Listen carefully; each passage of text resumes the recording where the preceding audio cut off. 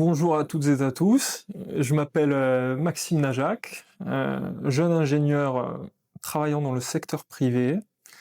Et Eh voici bien, moi, je Joseph. suis Joseph Griffon et j'ai enseigné à l'université Paul Sabatier, d'abord à Grenoble, où j'ai fait ma thèse, il y a longtemps déjà, dans les années 70. Et puis à Toulouse, j'ai été nommé en 82. J'oublie. T'es Je arrivé en répète, Toulouse, t'es arrivé à Toulouse en quelle année toi? 1970? oui, c'était 73. 73. 73? Voilà. Alors oui, effectivement, on m'a chargé du cours d'algèbre linéaire. Et j'ai passé tout l'été pour préparer mon premier cours.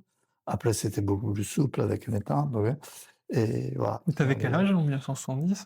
73, pardon. 113, j'avais 30, 32, 33 ans. Ouais. Ah d'accord, t'avais déjà 32 ans, ok.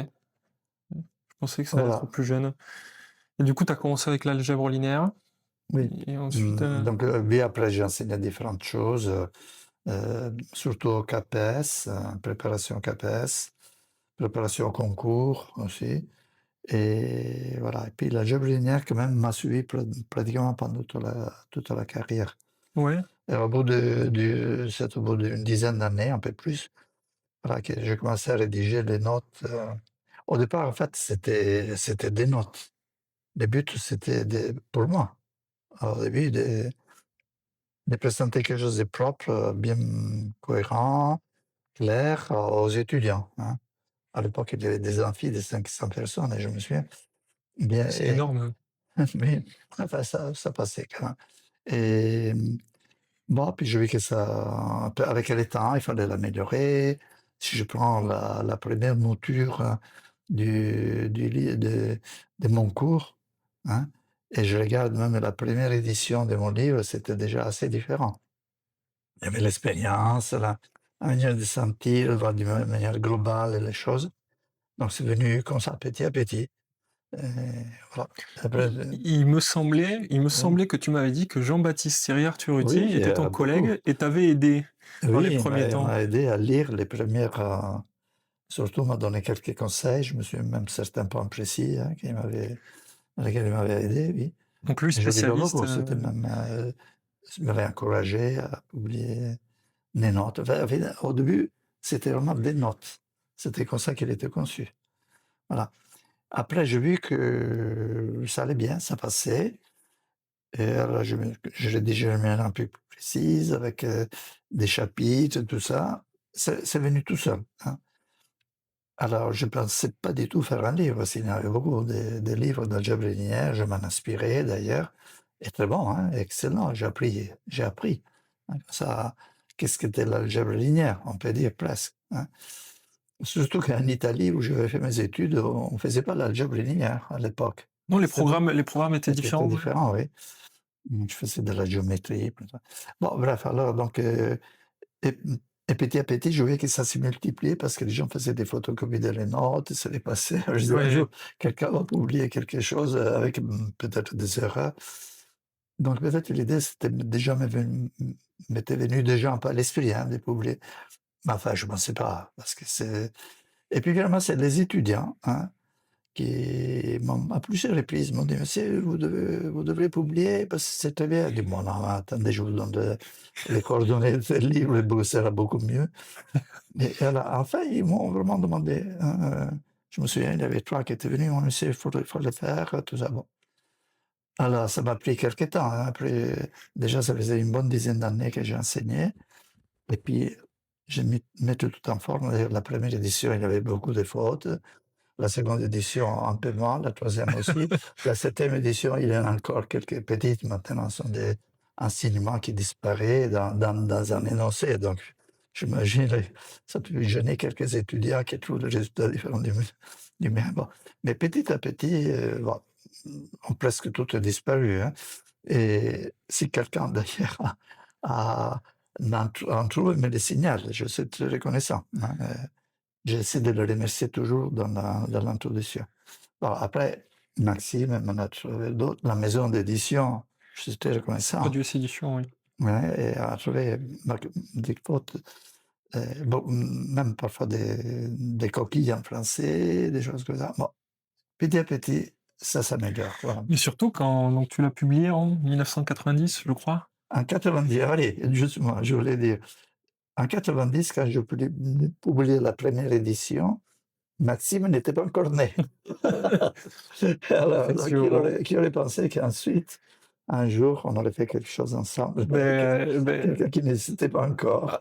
non, mais c'est ça, parce que du coup, pour la petite histoire, en 1990, la tech était bien Ah ouais. différent Ah, de le ce qu'on tech, connaît ça aujourd'hui. s'appelait tech, j'avais au début.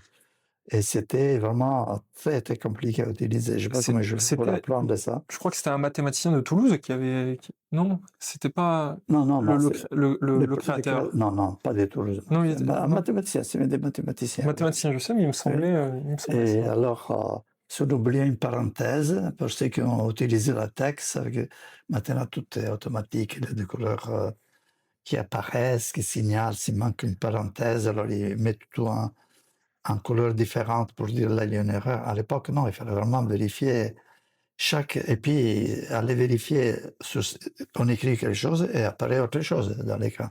Donc il fallait revenir tout le temps. Bon, mais c'était compliqué, ça a pris pas mal de temps.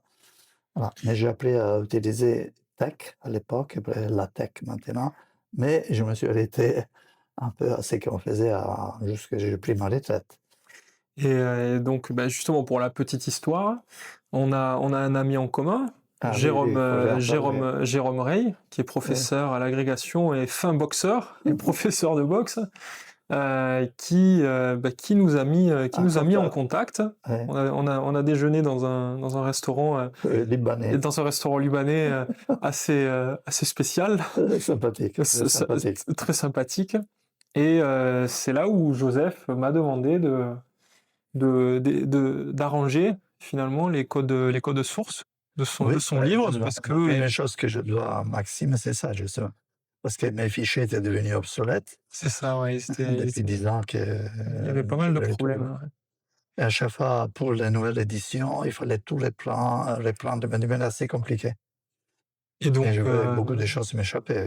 tu m'avais demandé d'essayer de régler ces petits problèmes, chose que j'ai fait en partie, mais j'avais été aidé par Abdallah Amar, qui est maintenant, mais du coup, ingénieur en calcul scientifique à Nancy, Un spécialiste de mécanique quantique. spécialiste de mécanique quantique. Et il m'avait aidé à régénérer toutes les images de ton livre. Et comme ça, ça a permis la publication de la Je suis 7e très édition. reconnaissant à lui et à d'autres aussi qui ont travaillé avec toi pour ça. Ah oui, oui, oui. Et donc ça a commencé comme ça. Roberto, qu'est-ce qu'il avait encore? Roberto, lui, il est professeur à l'université pas professeur, il est chercheur à l'université de Florence. Donc il fait de la physique quantique couplée à de l'IA. Voilà. Ouais. D'ailleurs, ces personnages-là sont cités dans le livre parce que Ouais. finalement, ils ont participé à l'élaboration de certains nouveaux exercices. Ouais. Après, il y Euh, avait Sébastien, il ne faut pas l'oublier. il y avait Sébastien aussi, Sébastien Carayon, donc lui, professeur de mathématiques également. Il a fait Centrale Lyon. Ouais. Lui, il a fait Centrale Lyon et le DEA d'analyse numérique Il a fait de avec Paris Lyon, 6 avec au laboratoire Jacques-Louis Lyons, ouais. C'est là qu'il a connu, pour ceux qui connaissent, Stéphane Malat. Voilà. Je sais pas si tu connais Stéphane Malat. Non, C'est pas personnellement. Je non, mais c'est le mathématicien qui a créé le standard de compression JPEG. Tu sais, tu as des standards de compression à l'ordinateur et avec la théorie des ondelettes, il a fait oui, ça. oui, Et oui, donc ce c'est matin, ouais, et Sébastien, lui, il était là-bas. Il a fait son DEA là-bas. À l'époque, c'était un des DEA les plus prisés de France, hein, très très connu. Hein. Donc au laboratoire Jacques-Louis Lyons. En tout cas, Maxime avait entendu parler de mon livre. Ah, Et moi, après, non, c'est pas que j'ai entendu parler, c'est que j'ai fait mes études, moi. Pendant mes premières années, mes années de prépa, j'ai appris l'algèbre linéaire avec ton livre, et ça a été un pur hasard que je rencontre Jérôme, que je me lie d'amitié avec lui, et qu'ensuite, il me mette en contact avec toi. Donc, c'est une histoire assez particulière.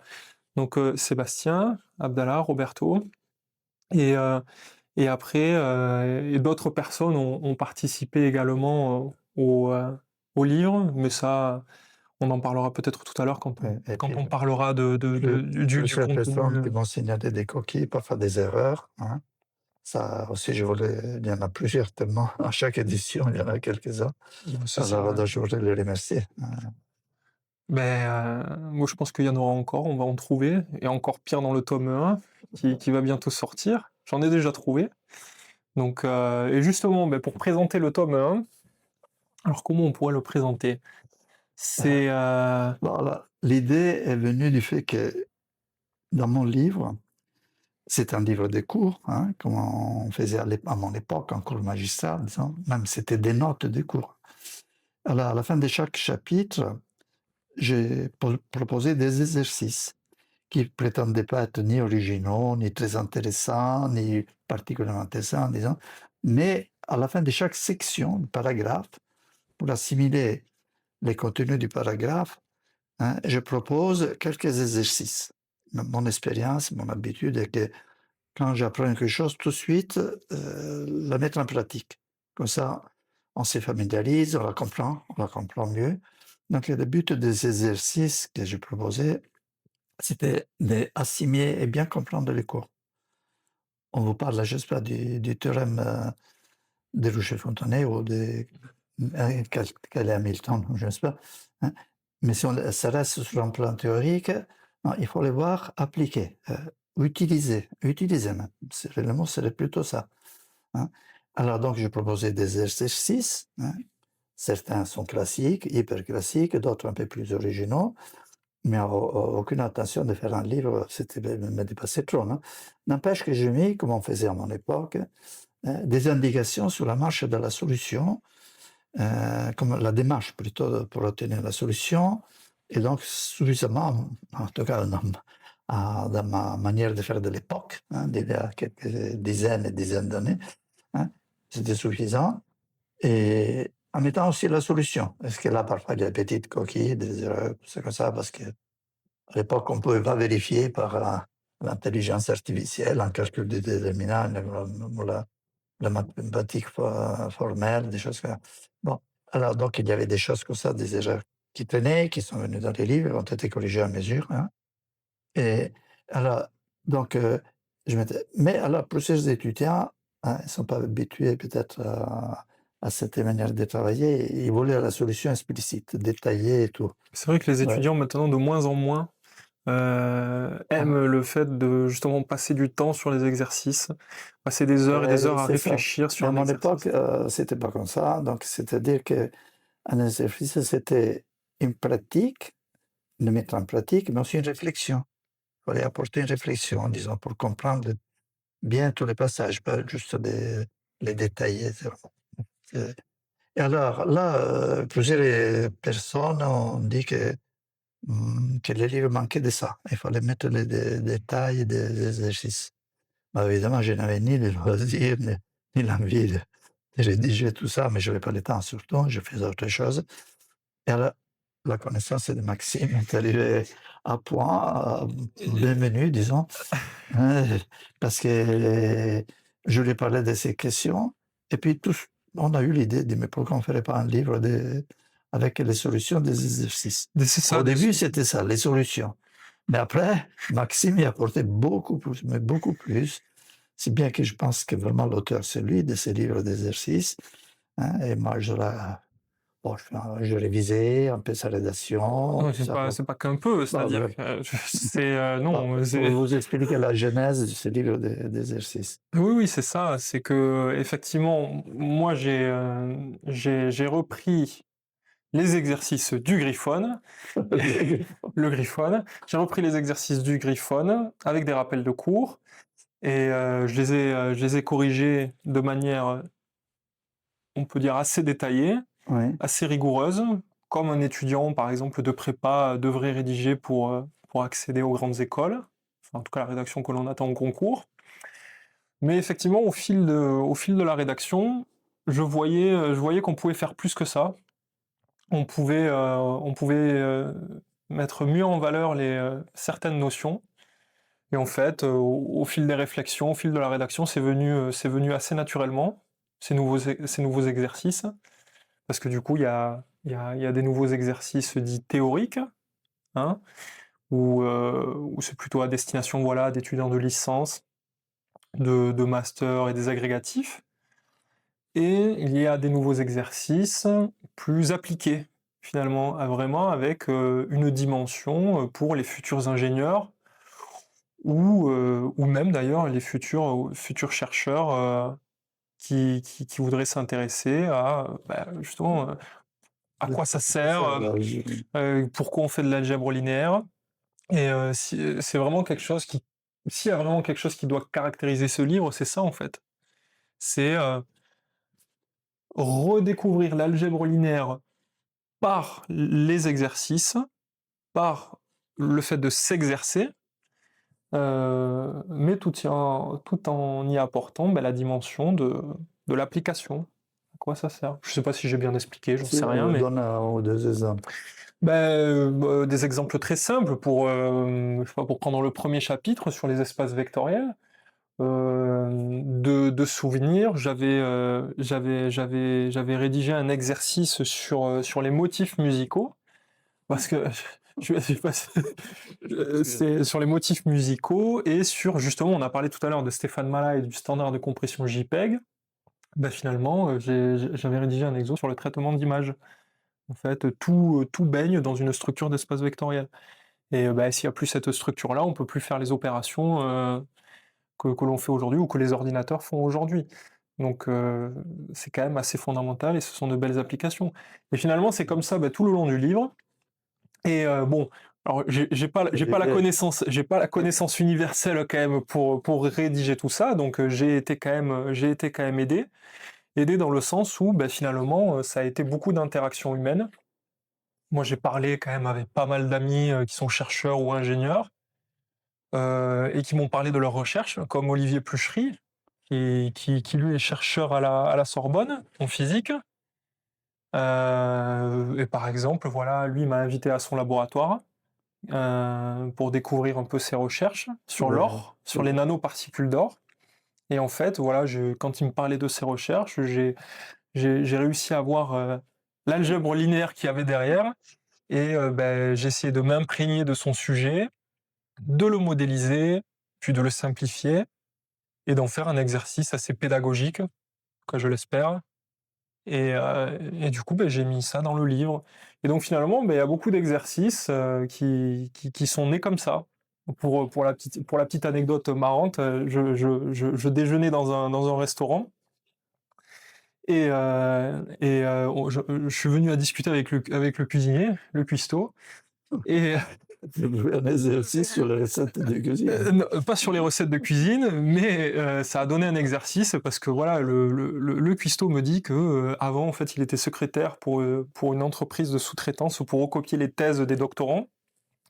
Et donc il m'a parlé du thésard dans les années 80 avec qui il avait recopié sa thèse. Et c'était Monsieur Pierre Ferdinand qui travaillait au CEA Leti et qui était l'un des pionniers pour les fibres optiques à réseau. Et donc je me suis plongé dans les écrits de Pierre Ferdinand, et en fait j'ai remarqué que voilà, les structures mathématiques, vraiment les fondements mathématiques des fibres optiques à réseau sont finalement des histoires de conditionnement de matrices, des histoires de mesures absolues. Et on peut modéliser ça rien qu'avec de l'algèbre linéaire. Donc il y a des petites anecdotes marrantes et finalement c'est comme ça que se sont construits tous les exercices. Et donc voilà, c'est pas ce livre, le tome 1, qui va du chapitre 1 jusqu'au chapitre 6, hein. Ça couvre espace vectoriel, méthode pivot de Gauss, application linéaire et matrice, déterminant, système d'équations linéaires et réduction d'endomorphisme. Donc ça, c'est le tome 1. La première partie. La première partie, effectivement, du livre de Joseph. Et le tome 2 va traiter finalement de la partie, j'ai pas envie de dire la plus intéressante, parce que le tome 1 pose les bases, en fait, finalement, de la théorie, mais ça devient intéressant à partir du moment où on introduit le produit scalaire, en fait. Et là, on va commencer à présenter de grosses applications en intelligence artificielle, Bon, sujet actuel quand même, il faut en parler. Et voilà, de manière générale, quand on associe un espace vectoriel, un produit scalaire, ça devient beaucoup Ouais. plus intéressant ensuite pour faire des opérations à l'intérieur. On Hein, parle de points quadratiques non définis positifs pour la relativité, par exemple, des choses comme ça, non? tout à fait. C'est Ouais, ça. ouais, tout à fait. Bah, toi, tu avais travaillé. Non, toi, tu m'as. Non, je l'ai fait un peu maintenant, je ne peux pas Il travailler y avait, il y sur avait. Ouais, mais il me semblait que tu t'étais intéressé à un sujet. C'était pas la relativité, c'était quoi d'autre? Tu sais que ah, je des t'avais dit. espaces bien. Oui, toi, t'es spécialiste de la Regarde, géométrie fine slérienne, mais bon, c'est vite, c'est pas j'avais grave. rencontré un professeur, Jérôme Dorignac, Oui, à Montpellier, qui m'avait dit oui, qui voulait faire de la relativité avec toi, mais que mais toi, ouais, tu n'avais, je ne connaissais pas ouais, tu suffisamment, je ne suis connaissais pas pas suffisamment. spécialiste de la relativité, mais je sais que l'algèbre linéaire ou bilinéaire ou quadratique, etc., intervient en relativité générale. C'est pratiquement tout ce que je... Non, je veux un peu plus, mais pas pour diriger tel. Mais, euh, mais donc voilà, le tome 1, finalement, reprend les exercices de Joseph, sont enrichis.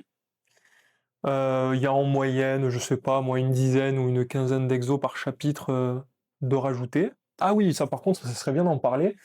Le livre détaille également les différentes méthodes qu'on peut utiliser pour aborder un problème, ou parce que bon, enfin, il y a différentes manières hein, d'arriver finalement à un résultat mathématique. Donc on a essayé de donner ces différents points de vue, de manière non exhaustive, hein, mais bon, on a essayé de présenter ça. Et, euh, et donc voilà, l'étudiant qui n'a pas envie d'utiliser forcément cette méthode précise peut finalement réfléchir à une autre, et comme ça lui donne toutes les possibilités en main pour adopter cette vision mathématique hein, dont on parle dans l'avant-propos. Donc dans le tome 1, enfin dans le tome 1, dans le tome 2 et dans l'ouvrage des compléments, on pourra trouver des notices biographiques sur les différents mathématiciens importants qui, qui ont, qui ont laissé leurs traces dans leur domaine respectif. Alors ça, je le dois quand même, chose qu'on ne trouve pas dans ton livre, mais chose que je dois à Sébastien. Ah oui, c'est Sébastien. C'est lui qui m'a donné vraiment la fibre, justement, pour rendre hommage aux mathématiciens du passé. C'est quand même important de ne pas les oublier. Et c'est aussi pour rendre finalement la matière vivante. C'est-à-dire qu'à chaque fois qu'un nom est cité à travers d'un théorème ou d'une application, ben, il y aura sa tête avec une petite notice biographique qui l'accompagne. C'est histoire de faire vivre un petit peu l'algèbre linéaire. Parce qu'encore une fois, c'est vrai qu'on en discutait, de manière générale, l'algèbre linéaire est souvent présentée d'une manière abstraite, où c'est compliqué de se la représenter. Et finalement, pendant les premières années d'études, on se dit mais à quoi ça sert? Pourquoi je fais ça? Je vois pas vraiment quel est le but, quel est l'après. Et c'est que finalement, quand on commence à faire des études en école d'ingénieur ou après, qu'on découvre finalement que bah, ça sert pas à rien. Mais je sais pas si t'avais déjà eu ce retour. Moi, en tout cas, c'était mon expérience. Quand j'étais en prépa, l'algèbre linéaire, je l'apprenais certes, mais je savais pas que ça pouvait servir à autant de choses finalement. Parce que quand on C'est lit... que l'algèbre linéaire intervient partout, pratiquement parce qu'elle représente les premières approximations du phénomène. Hein. Si on passe à la formule de Taylor, les premiers deux termes, c'est linéaire hein, de la formule de ça. Puis on pousse au terme quadratique, je sais pas quoi, et au terme supérieur, des approximations plus précises. Mais la première approximation, c'est linéaire. Voilà. Donc c'est pour ça qu'elle intervient un peu partout. Par exemple, dans la fameuse suite des Fibonacci. On les trouve partout, c'est miraculeux, même dans cette espèce de livre qui s'appelle Da Vinci Code, vous savez, c'est un mystère, un secret. Mais non, pourquoi on la trouve dans différents endroits? Parce que c'est la première approximation linéaire. Hein, c'est une suite linéaire et la plus simple de deux termes. Hein, la suite de Fibonacci elle recommence deux. Hein, et c'est linéaire dans les deux termes. C'est pour ça qu'on la retrouve partout. C'est la première approximation de tout. C'est la formule de Taylor. C'est la formule de Taylor, le premier terme des formules de Taylor. Disons, les deux premiers, les termes constants, disons affines, hein, mais finalement, c'est les premiers termes. Là, c'est à deux paramètres, comme une fonction de deux variables linéaires, hein, les récurrentes que les termes précédents. Les termes n, c'est la somme des termes n-1 et n-2, voilà, la somme linéaire. Et pas n-1 au carré, n-1 au carré. Oui.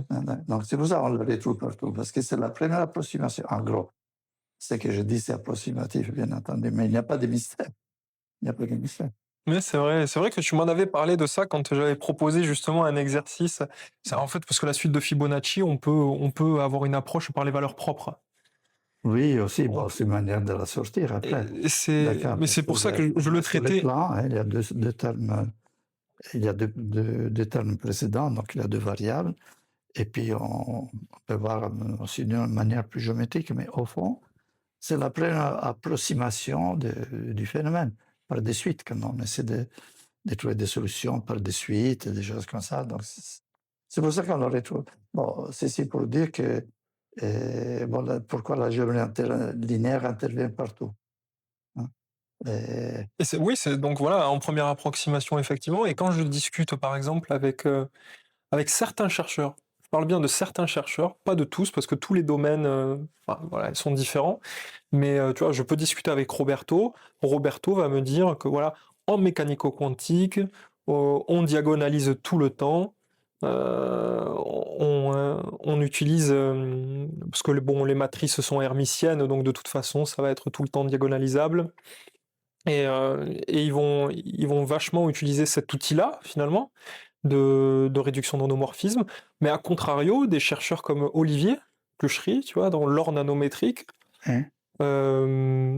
voilà, me dit que non, finalement, dans son domaine à lui, les outils de l'algèbre linéaire sont quand même assez restreints. Alors, j'ai pu en trouver deux, mais c'est quand même, comparé à certains domaines, assez réduit. Alors, l'explication que j'ai trouvée, entre guillemets, enfin, que je me dis, c'est que, en fait, ils ne se réduisent pas qu'à l'approximation linéaire, ils vont chercher un petit peu plus loin, ils ont des considérations non linéaires. L'IA, c'est un mélange d'applications linéaires et non linéaires. L'IA?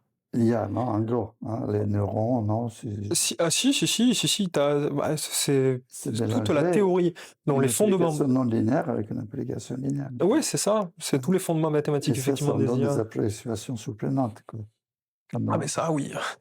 Facile à manier parce qu'il y a l'algèbre linéaire, mais plus profonde parce qu'il y a de l'algèbre non linéaire. Tout à fait. Non linéaire. Tout à fait. Et mais ça, on le traite dans le tome. Enfin, on le traite. On mentionne dans des remarques et des compléments l'intervention de l'algèbre linéaire dans ces domaines-là. Mais ça va même plus loin, c'est-à-dire que certes, tu as des fondements mathématiques d'algèbre linéaire pour les IA, mais au-delà de ça, donc tout à l'heure on avait parlé du théorème de Hodge. Bon, c'est plus de l'algèbre linéaire, ça va être de la géométrie riemannienne, mais on reste dans des considérations quand même géométriques et des mathématiques, et il y a des recherches actuelles de mathématiciens qui consistent à essayer de produire des IA géométriques, d'étudier des IA géométriques via l'approche de la géométrie riemannienne. Donc en fait, pareil, les IA ne se réduisent pas non plus qu'aux considérations d'algèbre linéaire et non linéaire, mais finalement c'est le point de concours entre tellement de domaines. Et c'est pour ça que ça avance aussi vite. Hein. L'avancée de l'IA, finalement, c'est de jour en jour. Hein. C'est extrême. C'est un des domaines les plus rapides en termes de progression d'avancée. Donc ouais, ça c'est important. Ouais. Enfin, ça viendra un peu dans les tomes 2, non? Ah ben oui, je te dis, dès qu'on va introduire le produit scalaire dans un espace vectoriel, bah, déjà rien que le plongement vectoriel. Le plongement vectoriel, peut-être que les personnes qui écoutent la vidéo vont savoir ce que c'est. On en parlera dans le tome 2, mais c'est finalement représenter des mots. Alors, dans le contexte du langage, hein, représenter des mots comme des vecteurs dans un espace, et Et comment un ordinateur va comprendre que deux mots peuvent, entre guillemets, aller ensemble, s'accorder de manière correcte dans une phrase, mais c'est à quel point leur distance est éloignée ou non. Tu vois. Et pour ça, il faut du coup introduire le produit scalaire pour avoir ces considérations métriques. Donc c'est juste un exemple. Ça, Mais ça c'est juste un exemple. dans les secondes tomes des exercices. Exactement. Et après, donc il y a le tome 1, il y a le tome 2. Il y aura sûrement une 8e édition de ton livre qui sera enrichie. On avait pensé effectivement à mettre des... alors c'était sur les... Ça sur un plan plus théorique, hein, d'accord. Sur un plan plus théorique, effectivement, mais c'était sur les tenseurs, je crois. Sur les tenseurs, hein, que c'est un tenseur, parce que souvent c'est utilisé, bien sûr, hein, par les physiciens. Ah oui, bah oui. Bien sûr, partout, hein. Et comme les vecteurs. Hein, Bon. C'est une sorte de... Enfin, c'est la généralisation, finalement, des... Ça, il y aura une petite annexe, comme je l'ai fait dans mon livre, d'habitude, je les traite ces questions dans des appendices. Voilà, donc il y aura au moins un appendice là-dessus et peut-être autre chose. Et ça t'a jamais traversé l'esprit de faire d'autres... d'aller plus loin pour certaines de ces appendices? Certains de ces appendices masculins. Oui, je ne voudrais pas faire un volume trop gros. Parce qu'on pourrait, tu me disais qu'il y a plein de choses, des pages qu'on pourrait ajouter, effectivement, mais faire un livre trop gros, je crois, c'est pas intéressant. Non, mais pas forcément dans le même livre. Tu sais, à côté, notre livre. Oui, par exemple, moi, je me rappelle de l'appendice sur les groupes de symétrie. Oui. Donc, finalement, ça sert à quoi? Ça sert à, entre autres, la cristallographie. Et pourquoi pas faire, parce que des ouvrages de cristallo, quand même, en France, on n'en trouve pas énormément. Donc pourquoi pas... je vais même rédiger quelque chose, je vous le dis maintenant. C'est pas des moments, c'est pas inventé par moi, hein, en prenant des choses qui existent, hein. Les mettre peut-être dans les livres, c'est dans mon livre, il y a un appendice qui parle de ce groupe fini, c'est ça. Groupe de rotation. C'est ça. Bon, mais c'est le début de la cristallographie. Mais c'est-à-dire que dans les... faire des ouvertures. Les appendices, pour moi, sont des ouvertures. On ne peut pas, sinon se disperse. Mais peut-être mettre autre chose. Oui.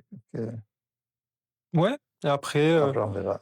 Si jamais c'est trop long ou trop lourd, il y aura l'ouvrage des compléments dans lequel on pourra... C'est plutôt là, parce que le but du livre, finalement, c'est faire comprendre mon livre.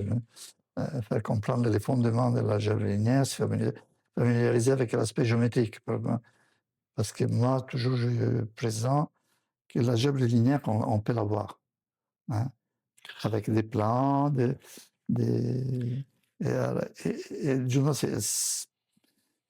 c'est pas seulement une axiomatique.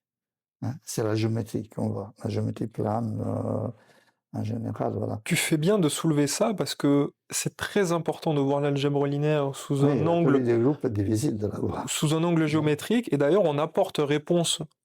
Alors tu as apporté réponse déjà avec ton livre, mais pour ceux qui auraient du mal encore pour se représenter finalement les espaces vectoriels ou la géométrie qu'il y a derrière, on propose dans le tome 1 des animations qui ont été réalisées par programmation orientée objet à l'aide de la bibliothèque, de la librairie Manim, qui avait été développée par Grant Sanderson. C'est celui qui a fait la chaîne YouTube Three Blue, One Brown.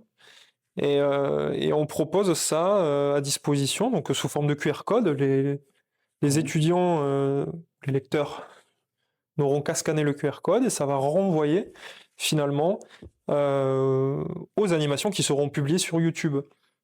Et ou par exemple, pour le premier chapitre d'espace vectoriel, visualiser en 3D ce qu'est un espace vectoriel. Donc prendre deux vecteurs, faire la somme de ces deux vecteurs et regarder si ça reste toujours dans l'espace. Et avoir vraiment une visualisation géométrique de la chose. Ça fait aider. Et donc on fait ça pour chapitre 1, le pivot de Gauss, il n'y a pas vraiment besoin, je pense, d'illustrer ça. Application linéaire et matrice, je sais plus s'il y en a dedans. Je sais plus. En tout cas, ce qui est sûr, c'est que pour le chapitre des déterminants, le déterminant, c'est une surface ou un volume, selon qu'on se place dans R2 ou dans R3. Ouais. Donc ça, je sais qu'il y a des animations là-dessus. Bien sûr, oui. Donc voilà. L'orientation, tout ça. Oui, c'est vrai qu'il y a l'orientation, mais donc voilà, toutes les animations seront publiées sur YouTube de façon à aider l'étudiant pour mieux se représenter un peu les concepts. Ça, c'était assez important. On a travaillé Moi, ensemble. oui, moi en fait, je voudrais préciser effectivement parce que bon, j'ai envie, ouais, ouais, exactement. Comment on a travaillé ensemble, finalement, comment toi tu as apporté ton œil très expérimenté. Comment tu as rectifié le tir? Parce qu'au départ, quand même, la première version, on était loin de ce qu'on a aujourd'hui. Donc on devrait parler de ça quand même. Et donc comment ça s'est déroulé? Donc j'ai commencé la rédaction du tome 1. Une fois terminé, je t'ai transmis tous les fichiers et t'as fait une relecture pointilleuse et détaillée sur l'ensemble de l'ouvrage, où tu m'as quand même bien guidé, bien aiguillé. Tu m'as calmé parce que j'avais tendance à, à rédiger un peu à la. Je sais pas si tu le connais, Philippe Caldero, prof à Oui, on le l'agrégation. cite dans les livres, oui. Oui, Mais je n'ai pas travaillé à mon époque. alors c'est un excellent, ouais. c'est un excellent professeur. Il fait des vidéos sur YouTube. Il a publié des livres. Je le trouve très bien. J'avais tendance à faire un petit peu comme lui, à, à rendre un peu littéraire finalement je, les C'est mathématiques. pas mon style, même Mais si j'aime bien soigner la forme, mais pour d'autres, lui, il faut laisser dans les genres littéraires, comme on dit. non, mais À mon avis. tu m'as. Mais le livre de Philippe Calderon, il est très bon. Bah, c'est-à-dire que lui, déjà, il a une énorme expérience d'enseignement, chose que Ouais. moi, je n'ai pas. Et pour lui, c'est naturel. Et c'est son style, et ça lui réussit très bien. Mais Chacun son style, quoi, disons. moi, disons que c'est mon style pour enseigner. Moi, j'aime marquer les esprits quand, quand je donne un cours, et c'est comme ça souvent que les étudiants retiennent les notions. C'est un peu comme dans le film, je sais pas si tu l'as vu, Le Cercle des poètes disparus. Ouais. Voilà. Quand quand le professeur Keating monte sur la table, ouais. au capitaine, mon capitaine, il marque les esprits. Les étudiants se souviennent de ce moment et du coup se souviennent aussi des notions qui ont été abordées à ce cours et retiennent beaucoup mieux.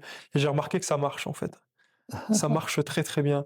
Moi je prends souvent je sais pas si je t'avais déjà raconté, les étudiants d'aujourd'hui, quand ils abordent un exercice de mathématiques, que ce soit d'algèbre ou d'analyse, ils ont du mal à poser les bases. C'est-à-dire, souvent quand tu fais un exo de maths, et à un moment donné, quand même au début, tu vas dire soit X appartenant à E, où tu déclares tes variables pour ensuite faire tes calculs. Et ensuite, tu vas peut-être utiliser des quantificateurs pour tout X dans tel espace ou dans tel ensemble. Bon, mais ça, j'ai remarqué qu'ils ont du mal à utiliser, je sais pas si c'était le cas à ton époque, mais ils ont du mal à poser ces bases-là, à, à poser les fondements. Et du coup, je lisais Récolter semailles de Grothendieck, dans lequel il avait fait, dans lequel il avait expliqué un peu ça, mais d'une manière différente. Et donc moi, j'appelle ça allumer la lumière. Faire un exercice de mathématiques, c'est comme être dans une pièce où il n'y a rien, où il fait tout noir, il n'y a absolument rien. La première des choses que l'on a envie de faire ou que l'on doit faire, c'est déjà allumer la lumière.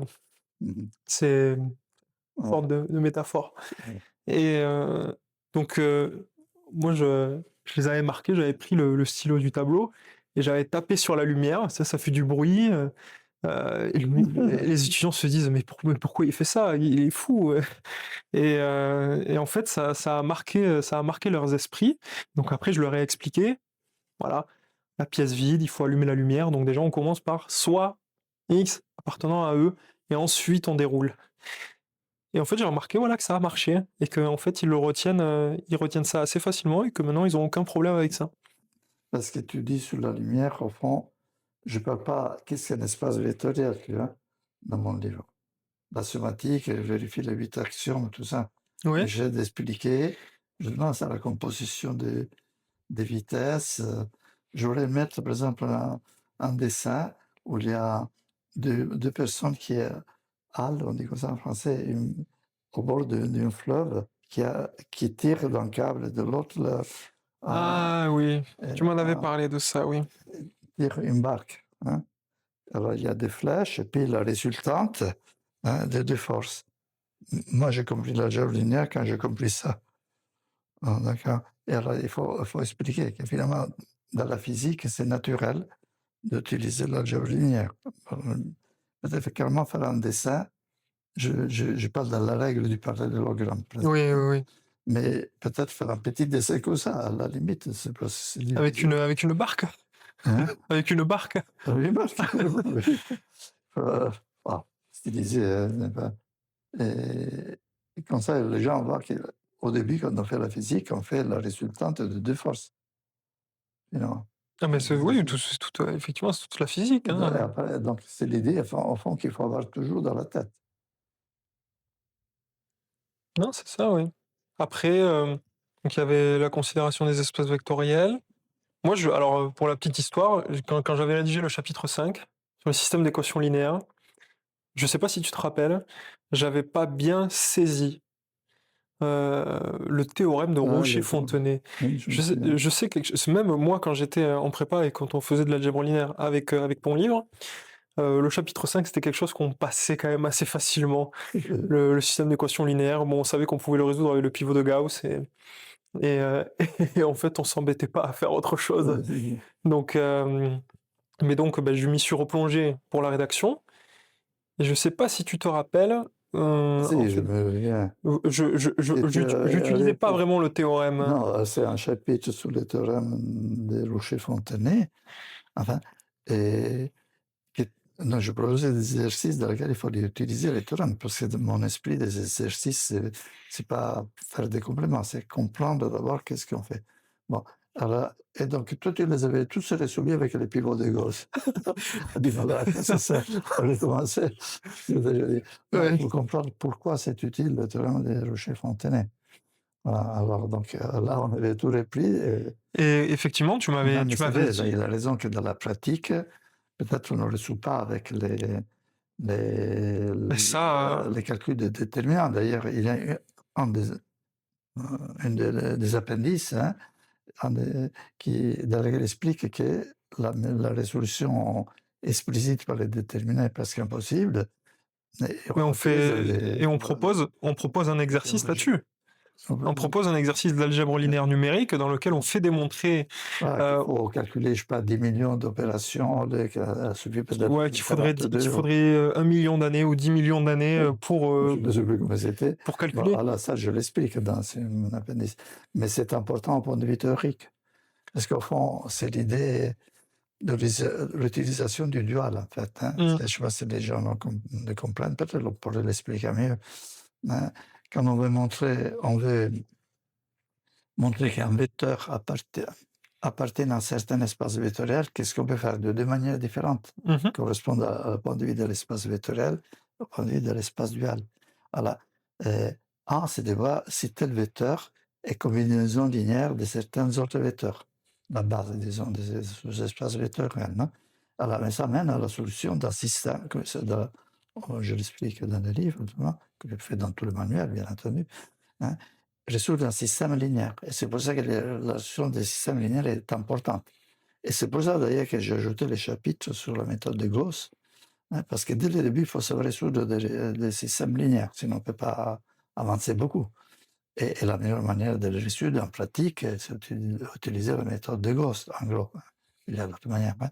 Mais il y a un autre point de vue, hein, c'est le point de vue dual, de voir l'espace vectoriel comme des intercessions d'hyperplans. Hein, donc, c'est des équations linéaires. AX plus BY plus Z égale ça. Tu veux vérifier qu'un vecteur est dans cet espace, tu n'as qu'à mettre les coordonnées dans les plans et vérifier si ça fait 0 ou non, dans les équations du plan. Donc, c'est une manière plus simple pour certaines choses. Pour d'autres, alors, c'est, disons, travailler sur l'image de l'espace engendré et mène à la solution des séminaires. Une autre, voir quel est l'espace qui annule. Donc un noyau, les voir comme un noyau ou comme une image. D'accord. Et parfois, voir un espace vectoriel comme un noyau rend des services. Donc, quand on parle des noyaux, on parle des annulateurs des formes. Donc, on est sur l'espace dual. Et donc, finalement, le théorème de Rouchet-Fontanet, c'est un peu ça. Hein, utiliser les déterminants pour les voir comme si satisfait telles équations. Hein.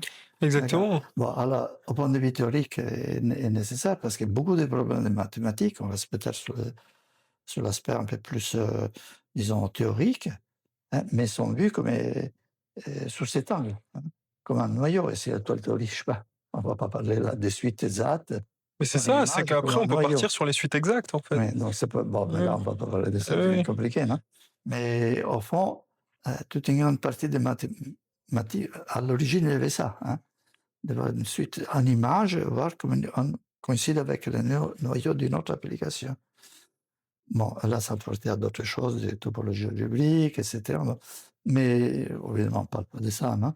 Mais les théorèmes de Rouchet aident un peu à comprendre cette dualité, je pense. Moi, je l'ai vu toujours un peu comme ça. Alors il y a ça. Je sais que là dans le tome 2, j'ai fait une rédaction d'un exercice hier soir, tard dans la nuit, où j'ai... Faut pas travailler la nuit, je le dis toujours. Ouais, mais comme je dis souvent, on travaille la journée et le soir, on assure sa carrière.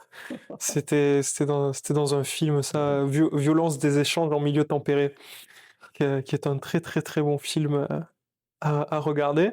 Mais donc ouais, effectivement, même le théorème de Rouchet-Fontanet a des applications, même plus tard, pour la méthode des moindres carrés. Après, je le mentionne dans le tome 2. Mais au-delà de ça, d'ailleurs, ce qui était assez intéressant, c'est que toi, tu avais publié un livre avec un de tes doctorants, Zoltán, hongrois, je crois. Et en fait, la procédure du théorème de Rouchet-Fontanet, finalement, trouve une analogie pour les systèmes d'équations en dérivées partielles. Oui, c'est la première étape sur les théorèmes concernant l'intégration formelle, hein, des systèmes d'équations différentielles. J'ai cherché une série à plusieurs variables, bien entendu, qui vérifie l'équation, et puis il y a des gros théorèmes derrière, théorème de Cartan-Keller, déjà, qui assurent la convergence des séries dans certaines conditions. Mais disons, il ne faut pas avoir toutes les séries de la série, tous les termes de la série. Il faut assurer jusqu'à un certain moment, hein, de chercher des prolongements, où ça arrête la série. Bon, j'explique de manière très sommaire. Et là, il y a des obstructions qui se présentent, qui peuvent s'exprimer comme justement des noyaux, hein, des choses comme ça. Et Rouchet-Fontanet, c'est la première étape au développement de zéro. Mais après, au fond, ça continue un peu comme ça, quoi.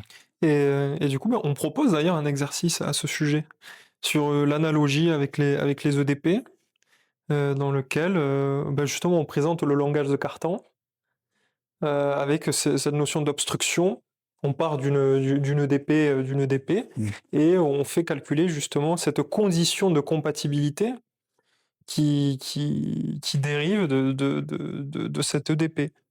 Et finalement, effectivement, c'est l'analogie des conditions de compatibilité avec les déterminants caractéristiques du théorème de Rouchet-Fontanet. Pour se préciser un peu, non, c'est trop compliqué. Enfin, en gros, il n'est pas nécessaire de faire toutes les étapes d'un développement formel de la solution. Ça s'arrête à un moment donné. Il y a un gros théorème de Cartan et d'autres, hein, qui dit qu'à un certain moment, s'il y a ce qu'on appelle l'évolution, qu'on calcule, hein, combien d'étapes on arrive à stopper. C'est très approximatif. Être sûr qu'après, ça marche juste à un certain moment, et si le système, entre guillemets, est évolutif, et alors on est sûr qu'après ça va marcher. D'accord. Bon, mais ça, je suis dit. Après, c'est compliqué. C'est compliqué. Moi, j'ai compris un peu ce théorème en pensant au théorème de Rouchet-Fontanet, justement. Donc peut-être que ça peut aider. C'est le développement loge zéro. Ça peut aider peut-être. C'est loin, mais ça, au fond, c'est un peu ça. Ça peut aider ceux qui font de la géométrie différentielle, peut-être, finalement.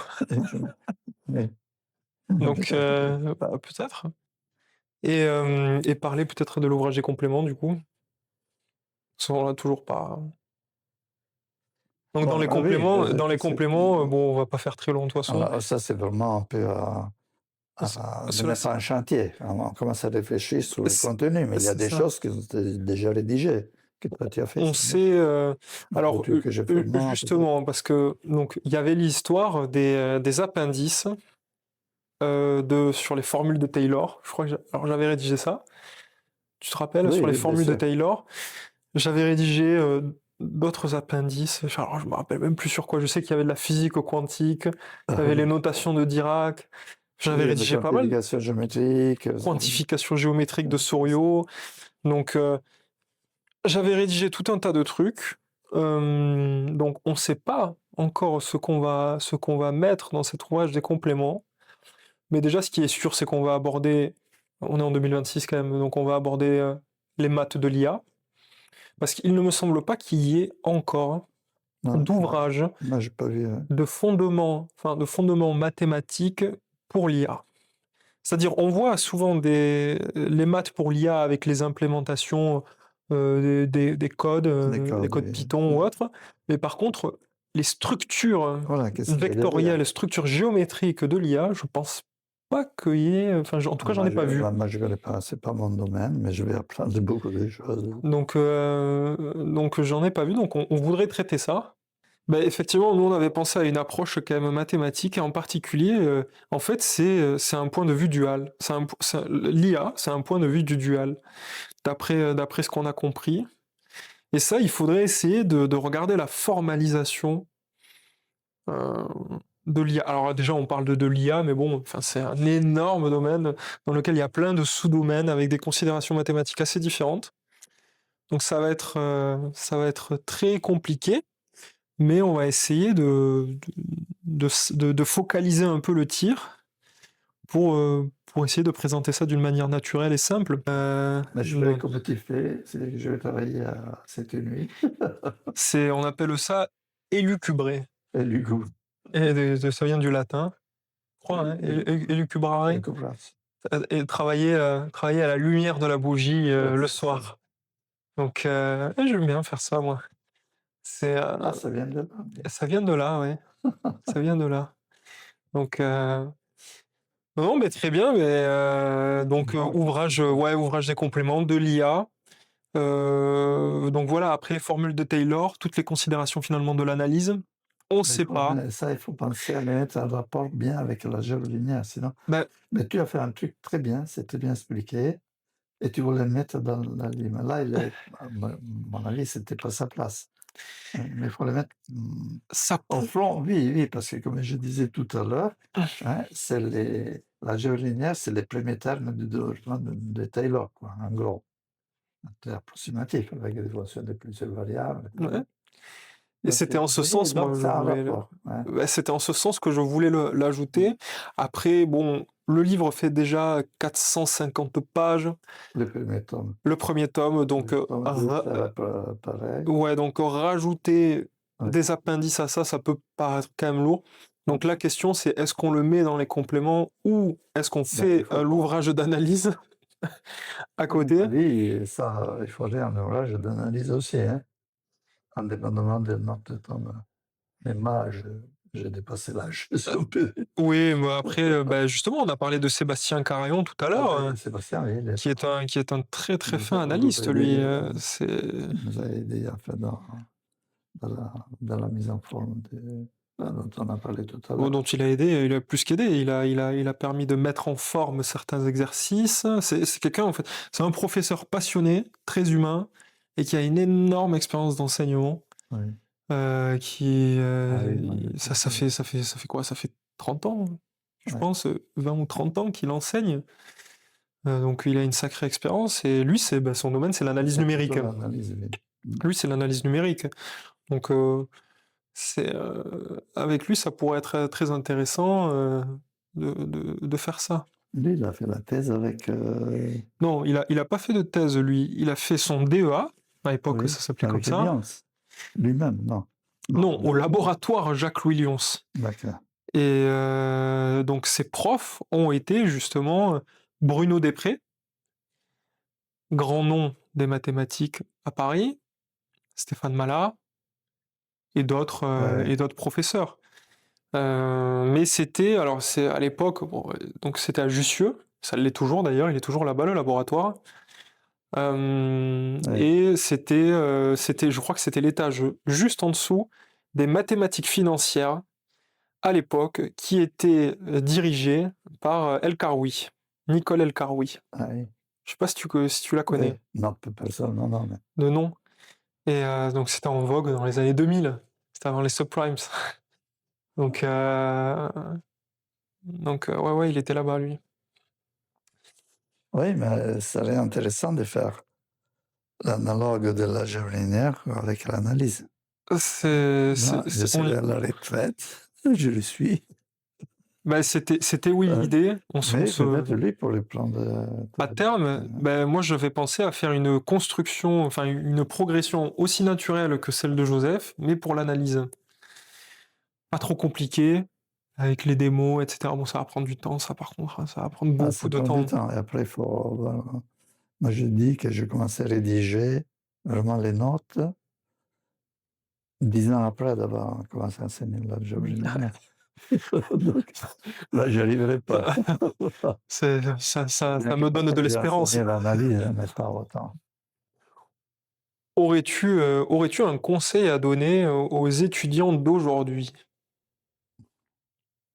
Comme Ça, ça, lâché, au milieu de après, il l'océan. fallait que je réfléchisse un peu plus. Si, bien sûr que j'en aurais, mais il faut que je réfléchisse un peu. De tes années d'expérience d'enseignement, qu'est-ce que tu as le plus, vu comme erreur ou Mais point de vue technique, point de vue technique ou ouais, point de vue, moi, je pense qu'il faut humain? comprendre Je sais pas.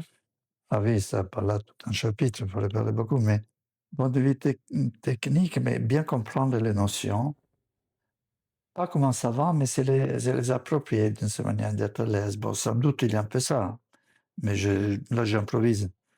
Hein. Il y a des choses que j'ai remarquées. Il faudrait que je réfléchisse. Si on fait une autre séance, peut-être, je pourrais sortir quelque chose. Et tu as donné beaucoup d'oraux à des concours. Est-ce que tu as vu des erreurs assez récurrentes ou des Bah, dans procédés récurrents qu'il une faudrait. époque, maintenant, on les voit moins, parce que l'algèbre linéaire, on l'enseigne plus.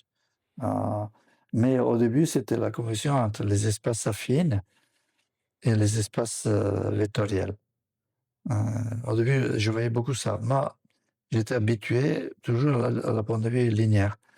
Et les espaces affines, en plus, même si la notion d'espace affine est la plus naturelle, l'espace où nous sommes. Mais l'espace vectoriel consiste finalement à fixer un point de l'espace affine, c'est l'espace affine, l'espace ordinaire, disons, qui soit l'origine des vecteurs. Alors, en gros, c'est ça. Donc la notion d'espace vectoriel nécessite d'abord la notion d'espace affine, pour être précis. Mais l'espace affine, il faut le modeler sur un espace vectoriel. Donc, ce sont deux notions qui se mordent la queue. Bon, moi, je pense que l'espace vectoriel est plus naturel pour moi, parce que j'ai appris comme ça, tout simplement. Parce qu'on voit bien, géométriquement, on voit très bien les plans qui s'interceptent, les droites qui coupent, je ne sais pas quoi, hein, les vecteurs qui engendrent, tout ça, je le vois mieux. L'espace affine, c'est un autre type de réflexe. Et puis, pour axiomatiser l'espace affine, moi, je le fais dans une des appendices, je fais ça. Mais en gros, les démonstrations d'un espace affine, très souvent, on dit, prenons un point, hein, considérons l'espace vectorialisé à partir de ces points, et on démontre avec les techniques des espaces vectoriels. Très souvent, c'est ça, hein, avec des coordonnées. Euh, donc, moi, mon expérience, c'était à partir des espaces vectoriels. Maintenant, j'ai moins d'expérience, mais axiomatiser la géométrie affine est compliqué, je trouve. Je sais pas, entre les gens, moi en tout cas, dans ce milieu plus facile. Donc en fait, on peut définir l'espace affine à partir d'un espace vectoriel en mettant les translations dessus, et l'espace vectoriel à partir d'un espace affine en fixant un point. Bon, moi, je trouve plus facile les premiers points de vue, à partir d'espaces vectoriels, parce que il y a la physique derrière, aussi très naturelle, comme je disais, la composition des forces, des choses de ce type, qui interviennent à tous les niveaux, quoi. Mais peut-être je me trompe, hein. Mais d'ailleurs, maintenant qu'on enseigne plus l'algèbre linéaire, même à l'université, hein, et il y a l'aspect géométrique derrière qui est très particulier. On peut raisonner beaucoup, des fois, tout simplement géométriquement. On me dira que sur les espaces affines aussi, probablement. Hein. Et je trouve, moi, des erreurs. Déjà, j'ai trouvé déjà des concours, hein, comme parler des droites parallèles dans, je sais pas, dans les espaces vectoriels. On peut parler de droites parallèles, mais il faut intervenir la notion de translation. Mais je sais pas, des erreurs qu'aujourd'hui on voit moins. Hein, on voit moins. La composition des espaces affines et qui, voilà, bon, et qui conduisent à des impasses. Aujourd'hui, on les voit moins, hein, je crois. Mon expérience. Hein. Moi, je pensais à un conseil moins technique, mais j'ai remarqué que les étudiants d'aujourd'hui euh, ont de plus en plus de mal à aller chercher des informations autre part que dans les cours de leurs profs. J'ai Oui, remarqué ça. oui, mais ça, c'est tout à fait, En oui. particulier les étudiants de prépa, j'ai remarqué ça. On peut leur proposer d'autres lectures, d'autres sources finalement d'informations pour les mathématiques, mais ils ont du mal à se sortir de leurs cours euh, du professeur. Je ne sais pas si c'était le cas Bon, à ton époque. toujours un peu. Moi-même, je suis passé par là, hein, je pense. Mais il faut savoir s'ouvrir. Et- Alors, je pense que ton livre, là, aide à sortir un peu du cadre d'un enseignement comme ça, à schématiser. En France, c'est un peu enragé de la rigueur mathématique, des bourbakismes, tout ça qui était nécessaire. Moi, même j'ai été élevé à ça. Hein. Et donc, je pense qu'on est un peu prisonnier de ça, peut-être. Parfois, il faut même à mon époque, autant. Hein, je pense. Mais avoir l'esprit ouvert, ça, c'est fondamental. Avoir l'esprit ouvert. Je pense que ton livre aide pas mal à ça. J'espère. Et puis, un conseil, alors, ça, c'est ça, ne pas s'enfermer dans les mathématiques. Ça va ouvrir l'esprit.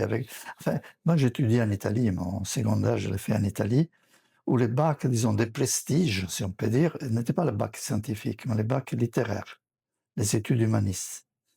Et, et même ceux qui allaient faire des mathématiques, comme c'était mon cas, faisaient les bacs littéraires. Et encore aujourd'hui, il reste ça. Évidemment, on était un peu, quand on arrivait à l'université, on était un peu à l'état, mais il était prévu des séances de rattrapage pour ceux qui avaient fait les bacs humanistes. C'était la plupart. En général, c'était plus de moi. Alors, dans les bacs, je veux dire, on commençait à 12 ans, on lisait l'Iliade. Hein, mais pas l'Iliade avec un petit résumé des petites histoires. On lisait l'Iliade, en résumé, bien entendu, hein, pas en grec, hein, mais avec une tradition littéraire, disons, sous forme de poèmes, tout ça. Puis l'année suivante, on étudiait l'Odyssée. Hein, l'année suivante, l'Énéide. Voilà. Et l'histoire était fondamentale. Hein, depuis tout petit jusqu'au troisième, disons, la dernière du bac, on reprenait l'histoire, on l'approfondissait, on étudiait l'histoire de l'art. Hein. Ça, c'est une matière, même on pouvait faire la composition d'italien sur l'histoire de l'art ou sur l'histoire. Bon, alors, cette formation-là, humaniste, je crois, en Italie, continue encore un peu, moins qu'à mon époque, mais en France, je ne l'ai pas vu beaucoup. Mais avant, il y avait. Après, à partir des réformes des années 70, je pense qu'on a commencé à les voir moins. Mais ça, c'est fondamental. Hein. Pour moi, c'est fondamental. Ouvrir l'esprit, lire. Hein. Lire, ça va, ne pas s'enfermer dans résoudre des problèmes. Quoi, hein. Bon, je ne sais pas si je me suis expliqué Si, tout à clairement, fait. mais moi, c'est fondamental. Mais il y a aussi cette opposition qui est assez commune, je trouve, dans la société actuelle. C'est l'opposition du littéraire avec le scientifique. Oui, Et on dit souvent que c'est vraiment à l'opposé et que c'est presque voilà. incompatible. Maintenant, Mais en réalité, je trouve qu'un très bon mathématicien peut Alors, faire il y a un très bon il y a littéraire des très bons mathématiciens qui sont des bons littéraires, et des philosophes aussi, des des bons philosophes, bah philosophes. oui. Donc, même les mathématiques poussées, finalement, ça revient à faire Mm. une sorte de philosophie. Ouais, il faut, Donc, à mon avis, il faut ouvrir l'esprit, très important, même si ça n'a pas un rapport direct. La philosophie, on ne faisait pas d'ailleurs en Italie, on ne faisait pas la philosophie, discuter qu'est-ce que la conscience, tout ça. On faisait l'histoire de la philosophie, on voyait comment on étudiait l'évolution des idées, qui a ses limites, hein.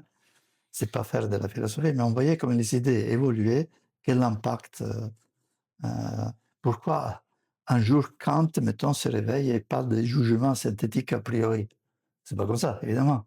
C'est venu tout un contexte historique, culturel, l'impasse justement de la science. On est arrivé au criticisme. Pardon, je me parle. Non, Non, vas-y, je sais vas-y. de quoi je parle. Vas-y, Je dis vas-y. que ça n'intéresse plus.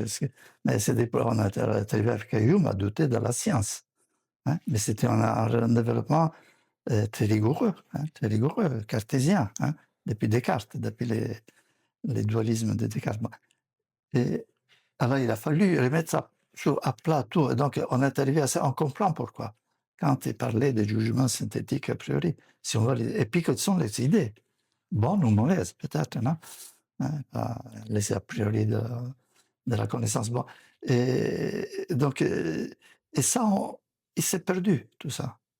C'est perdu pas mal. Bon, en Italie, continue un peu cette culture humaniste de mettre l'histoire comme un moteur aussi, un peu trop peut-être, des moments de la pensée, tout ça. Mais ça, ce sont des choses très importantes pour ceux qui veulent passer des concours, en fait. Parce qu'au concours, Ouais. on ne va pas demander seulement des compétences scientifiques, ce sont les mathématiques et la physique.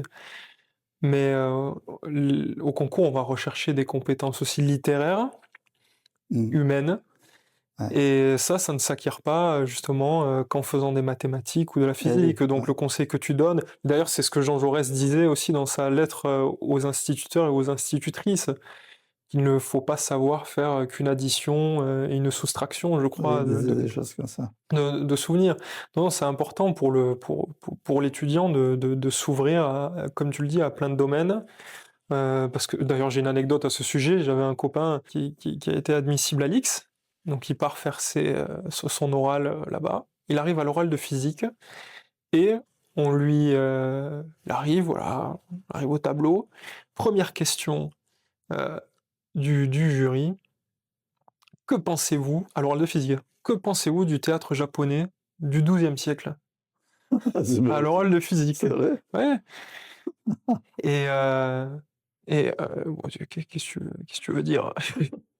Alors soit tu joues, soit tu tu fais le petit serpent. Alors oui, Kashikoto Amakasi a publié une pièce de théâtre, enfin tu inventes quoi, ou sinon tu joues la carte de vérité et tu dis non, j'en sais rien.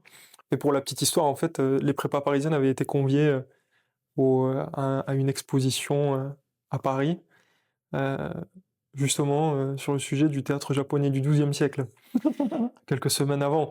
Ça, c'est la petite anecdote. Donc voilà, tout ça pour dire que quand même, c'est comme tu dis, c'est important quand même de s'ouvrir au sujet, que ce soit la littérature, Mm. la philosophie, et même aussi pratique. On sort du domaine là, mais pratiquer le sport. Non, c'est important pour les étudiants de prépa, hein. Ils ont tendance à s'enfermer. Toi, tu as travaillé dans un sport-études, non? Oui, j'ai fait le CREPS de Mm. Toulouse à 13 ans, mais ça, c'est vraiment très important. D'ailleurs, le directeur des éditions CEPADUS était au CREPS, je crois aussi en judo. Ah oui? Ah ouais. Ah, Donc, ouais, tout à fait. Et non, c'est très important de faire du sport pour le mental et pour le ouais, bien-être physique. sport, c'est voilà. Et puis, Donc, au point de vue humain, ne pas avoir comme seul objectif l'avenir professionnel. Il faut l'avoir, c'est très important.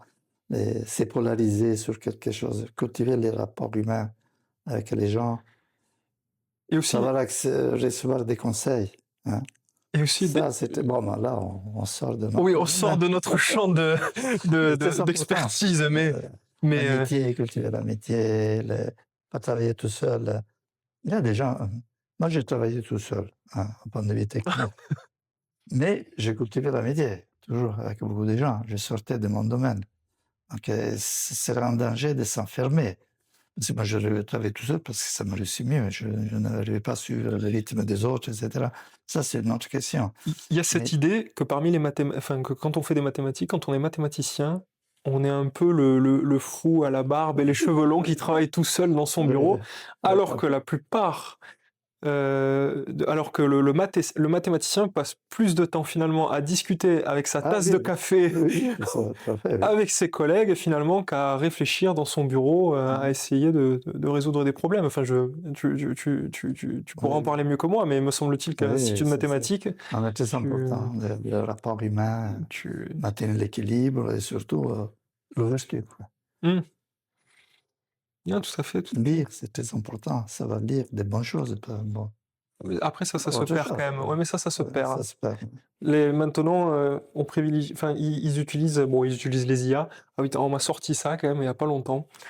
Euh, ah ouais, monsieur, mais ouais, monsieur, je sais pas, comment vous avez fait votre bac sans sans l'IA et tout ça. Mais comment vous avez fait? Franchement, c'est pas Et tu vois, possible.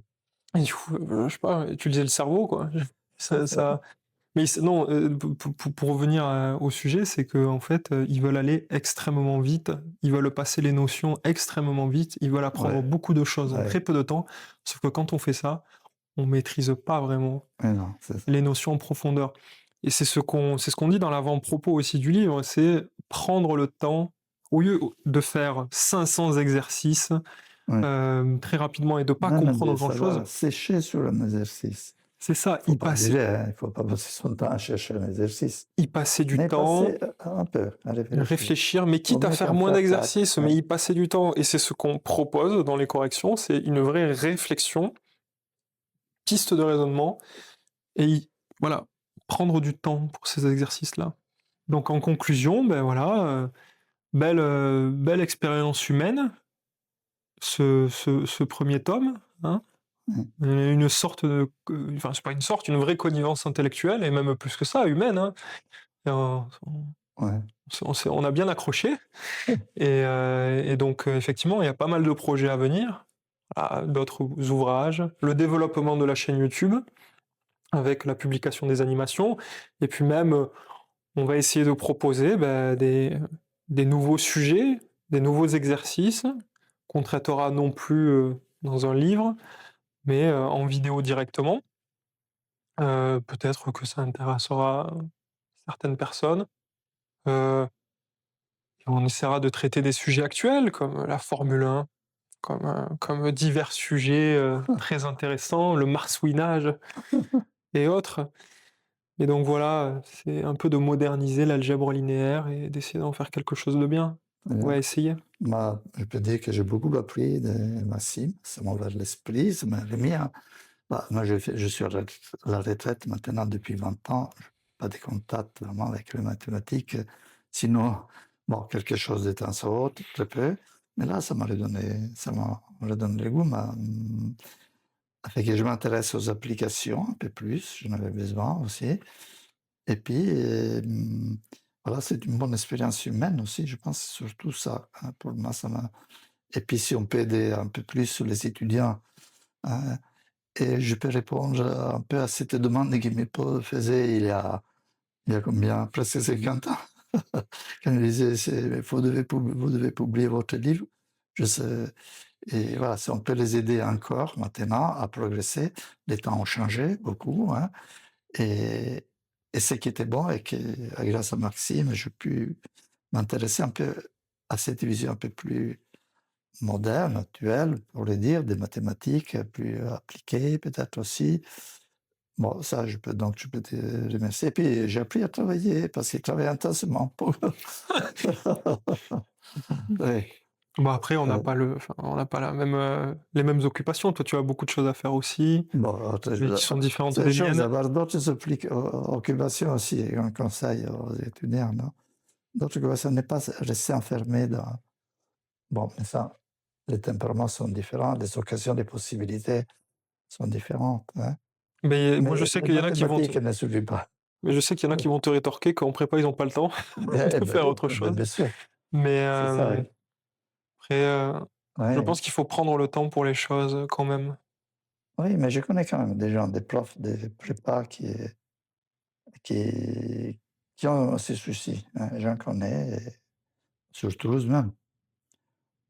Les étudiants de prépa qui toulousains doivent connaître, ces gens sont très efficaces dans la préparation de leur classe et ils sont l'esprit ouvert. Mais ça existe. Apprenez d'eux, hein, Mmh. et de Maxime. Bon, là, c'est la 7e édition, du livre de Joseph. Voilà. Une édition où les erreurs, certaines erreurs, comme l'a dit tout à l'heure, légères, ont été corrigées, des erreurs de notation, En des général, petites les coquilles. parfois, il est un peu plus Des petites coquilles, on avait inversé, je crois, un chapitre, 2 chapitres. ah, on a Hem, changé, oui, dans la présentation par rapport à la 6e édition. Ça, c'est le conseil de quelqu'un, heu et que je remercie dans l'introduction, hein, pour beaucoup de suggestions. Maintenant, escalier, mais ça ne s'appelle escalier. Et, entre autres choses, il m'avait suggéré de permuter 2 chapitres à la fin pour mettre la partie d'algèbre linéaire complexe, disons, ensemble à la fin. Voilà. ouais, c'est ça. Ça, Espace hermitien suivi l'espace des est formes, hermitiennes. hermitien, et cetera. Escalier, Monsieur Marc Escalier, hein. Je tiens à le remercier particulièrement parce qu'il aussi m'a donné des m'a corrigé beaucoup de petites fautes, y compris de français, tout ça. Donc, Mmh. comme dit, on ne sait pas de quoi l'avenir est fait, on verra, à Voilà. travers les vidéos YouTube, ce que les gens vont faire comme retour, s'ils ont aimé ou pas aimé, s'ils ont des conseils à donner ou autre, hein. On verra ça. Corriger les erreurs. Corriger les erreurs, oui, que voilà, j'ai déjà trouvé quelques erreurs, moi, donc, je les ai mis sur internet. Et voilà, un grand merci à monsieur Marson, voilà, directeur des éditions Des C'est pas du licences pas S. d'US. Donc, voilà, formidable travail, et rapide surtout, Incroyable. lui et son équipe, pour la couverture et pour la relecture. La relecture, La il apprenait pas relecture, mal de petites choses, hein. incroyable et rapide pour avoir spoté vraiment les endroits où il y avait des petites problématiques. Donc, on voit l'expérience. Et donc voilà, merci à vous d'avoir regardé et à bientôt.